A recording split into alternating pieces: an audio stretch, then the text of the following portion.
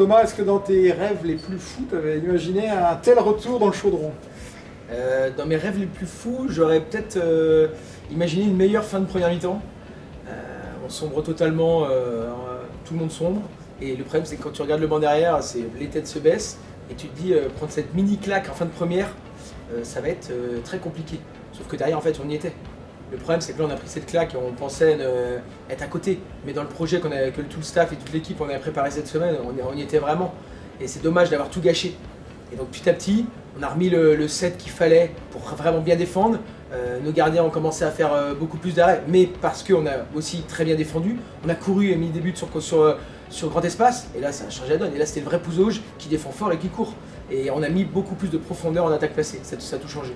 Le tournant du match, il est sûrement dans les 6-7 premières minutes après la mi-temps où vous recollez au score. Ça vous a évité de gamberger finalement. C'est sûr. Il fallait vite, même en jouant bien, si on serait resté à -2, -3, c'est vrai que ça aurait été très compliqué dans les têtes. Le fait d'être vite revenu au score nous avait vraiment fait du bien, on y a tous cru. Et là, quand il croit, avec une salle de l'étoile qui commence à vraiment s'enflammer sur les 20 dernières minutes, c'est énorme. Et là, on arrive dans nos rêves qu'on avait peut-être pu imaginer sur ce match. Et puis eux, après, ils explosent complètement dans les 20 dernières minutes, que vous leur collez 25 buts. En deuxième mi-temps, c'est rarement vu à ce niveau-là. On s'est dit, ces jeunes, quand est-ce qu'ils vont exploser? Moi, leur première mi-temps, je la trouve très très propre. Même si nous, on fait 5 minutes catastrophiques en fin de première qui gâchent tout, ils ont été très très propres. Ils vont bien lâcher ces jeunes du centre de formation. Et effectivement, quand on a commencé à vraiment défendre beaucoup plus fort et à mettre, ce que je disais, des buts sur un espace, ça a tout changé. Eux, enfin, leur tête a baissé, ils ont moins couru. Et voilà, on a le rouleau compresseur Pouzauget, et enfin, été au-dessus, et ce qui était mérité sur l'ensemble du match. Bon Nico, les supporters Pouzauget ont peut-être été un peu surpris de te voir sur le banc ce soir, alors raconte-nous raconte-nous le retour, comment ça s'est passé finalement? Eh bien le retour, ça s'est passé d'une grosse surprise de la visite de deux copains que j'avais pas vus depuis quelques mois ou quelques années, Simon et Thomas, et qui ont débarqué chez moi le samedi, un lundi matin. J'étais tranquille à la maison un lundi matin, peu après le départ de Jean-René. Et moi j'étais pas du tout au courant de ça parce que tu vivais loin de tout ça. Voilà, je me suis écarté un petit peu du monde PVHB et donc ils m'ont annoncé cette nouvelle un peu fracassante pour tous les anciens du club et également aussi la nouvelle de la prise en main du groupe N1. Et Thomas était prêt à partir dans l'aventure mais pas tout seul et il voulait un copain suffisamment, on va dire, aguerri, au moins qui connaissait la salle de l'étoile et le jeu à la Pouzaugaise, pour partir dans une sacrée aventure avec lui. Dans cette mission sauvetage, on va dire. Ouais, mission sauvetage, mission sauvetage, mais mission sauvetage zen, parce que nous, on n'a pas de...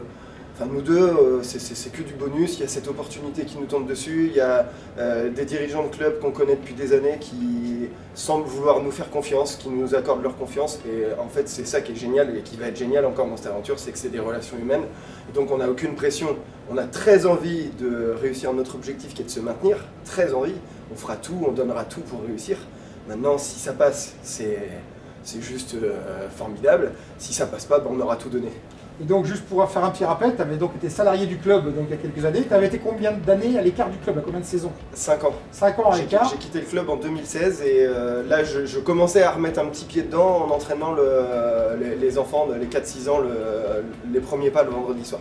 Et donc, tu as dû reprendre un pied terrible, j'imagine, ce soir, à vivre ça au milieu des joueurs. Quoi. Oui, tout à fait. Là, le contexte salle de l'étoile est juste génial.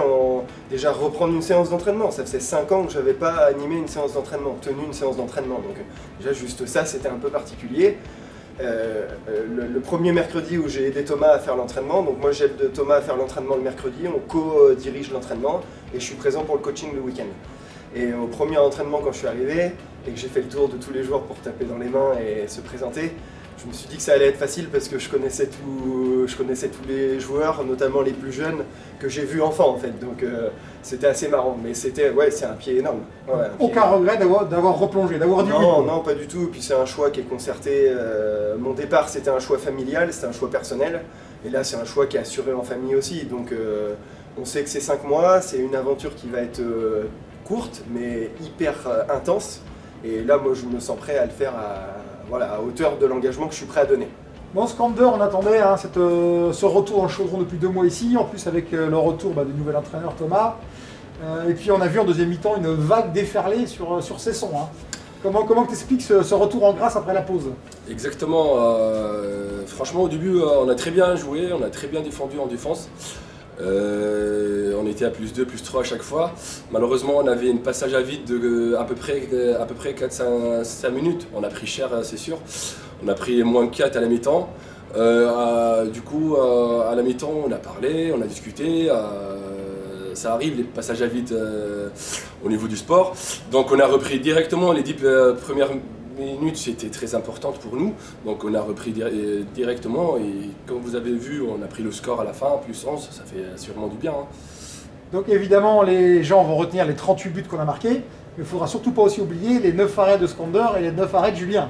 Ça fait 18 arrêts à tous les deux quand même. Bah c'est normal, franchement on a bien défendu, donc c'est normal que les gardiens fassent des arrêts.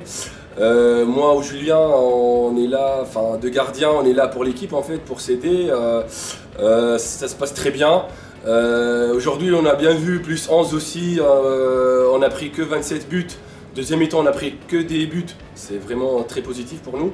Donc on continue à travailler sur ça. La semaine prochaine, on joue à Chartres. On n'a pas le choix en fait, il faut aller chercher des points à l'extérieur. Chez nous, il ne faut pas qu'on rate des points non plus.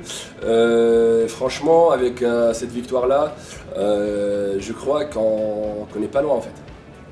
Donc on est avec un des partenaires, qui est le ballon du match, hein, l'entreprise qui offre le ballon du match. Donc déjà, présentez-nous votre entreprise s'il vous plaît déjà.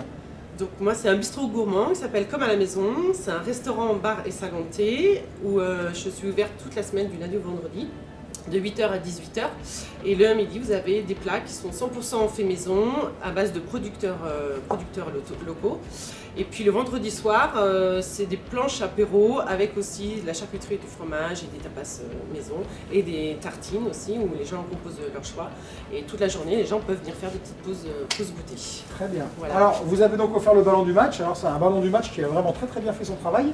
Parce que 38 buts en National 1, c'est hyper rare. Je suis fière. Donc vous pouvez être fier. Alors comment vous avez vécu ce match? Vous venez souvent déjà à l'Étoile voir les matchs? Eh bien non, je ne suis jamais venue. Donc là c'était vraiment un premier match. Bon voilà, moi, un premier ballon de match.